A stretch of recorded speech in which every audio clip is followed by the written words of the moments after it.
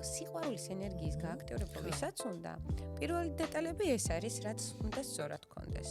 ფანჯარა მაინდა-მაინც თავთან ზევით არ უნდა გქონდეს და არის ისეთი რაღაც დეტალები, ჯობია კედელი იყოს და ამ კედლის მეორე მხარეს არ უნდა იყოს სველი წერტილი. მეზობლის სველი წერტილიც კი დამაზიანებელი არის.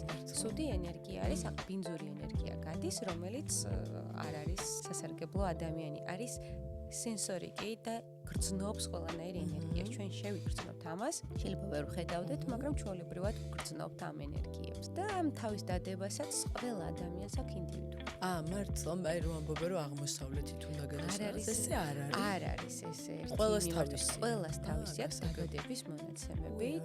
ეს ძალიან მარტივი არის ინტერნეტში შეუძლია მოძებნონ, ამას გუა ციფრი ქვია და საუკეთესო ქვია გუას ციფრი.